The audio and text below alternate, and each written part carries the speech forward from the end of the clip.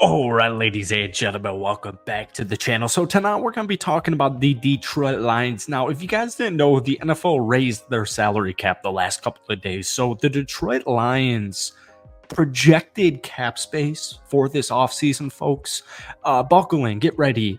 It's looking right now at about $63.7 million. Now, keep in mind, this is the team with unarguably a top 5 young core in the NFL. I would say it's probably number 1, but I don't think it could get worse than top 3 in the NFL. They have over $60 million in cap space, guys, and they just won 12 football games. They just won the NFC North. They just won 2 playoff games, and they just made the conference championship, folks. I get it. People were very excited about the Detroit Lions all throughout the season. I will just want to throw in this anecdote here. Most people outside of my Lions fan base watching this video, and Lions fans all across the country, especially in Detroit, most people had them losing to the Los Angeles Rams. Most people. And I don't know why. I don't know what it is. This is a team that has had a top 5 offense in the last 2 seasons. They've got a ton of intriguing defensive pieces, and they have so much cap space. And like I said, they have the best young core in the NFL. And so we're going to be kind of just talking about the Detroit Lions and in this offseason and some stuff. I don't really have any specifics for you. You'll have to stay tuned. But before we get into it, if you guys enjoy it, be sure to hit that like button, hit that sub button for daily NFL content. Lions fans, if we could try and get this video to 250 likes, that would mean the absolute world to me. So, the reason I'm making this video here is because I just saw like a Khalil Mack rumor, not an actual fruition rumor, just kind of smoke and mirrors. We know, like, at the time of this recording, it's Sunday, February 25th, and we've got combine stuff coming up in a couple of days. We're ways away from the NFL draft, and we are like about, 2.5 weeks away from the official start of NFL free agency. And so we've been talking all off season about guys like, I think we've talked about Danielle Hunter, Joey Bosa, Hassan Reddick. We've talked about so many different bigger time free agents coming on over to the Detroit Lions. And in my comment section, I keep saying, I don't think they're going to make a big time move like that. I don't think they're going to make a big time splash where, once again, if we look at this year's draft class, guys, Jahmyr Gibbs, Jack Campbell, Sam Laporta, Brian Branch, right there's 4 players who are going to be paid in a couple of years. So if you're a GM, and you're just a GM in any sporting league, but if you're the GM of the Lions, you want to be smart. You want to be calculated. But most importantly, you want to have options. You want to have flexibility. And that's exactly where the Detroit Lions are right now. This is a 12-win team. I've already seen some comments on NFL media and on TV and on the radio about a Lions regress next season. I don't really know why that would occur. But I do think the Lions, they should have taken down San Francisco, so should have my Green Bay Packers, yada, yada, yada, neither here nor there.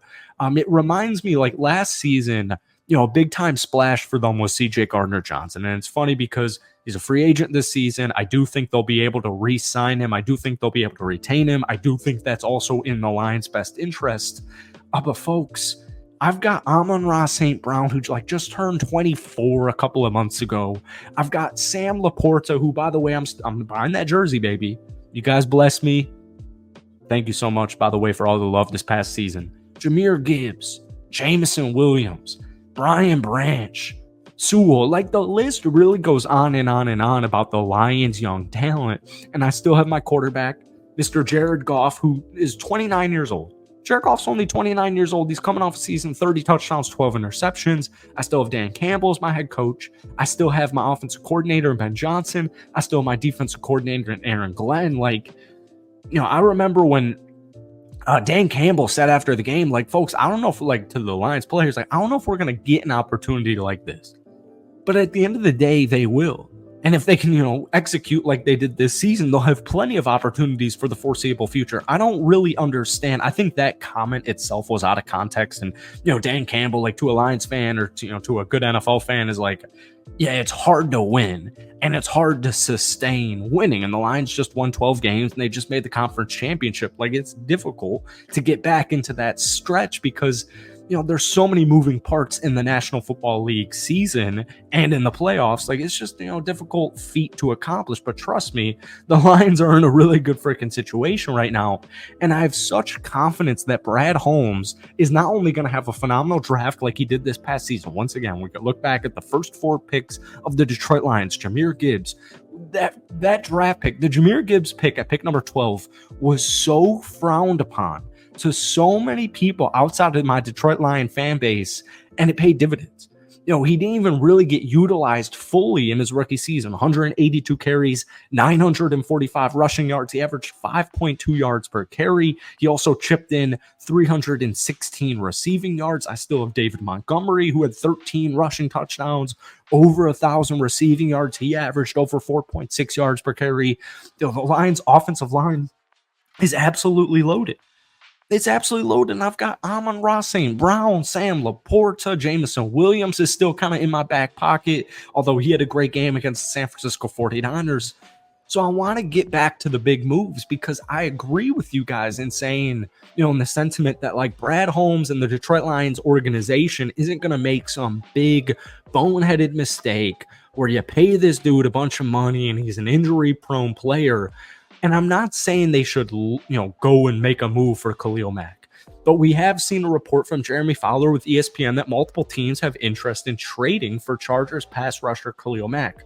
Khalil Mack has a $38.5 million cap hit going into next season, and the Chargers could save over $23 million by saving him. They're going to trade him. And at the end of the day, dude, to just have a playmaker, this is not a good edge draft.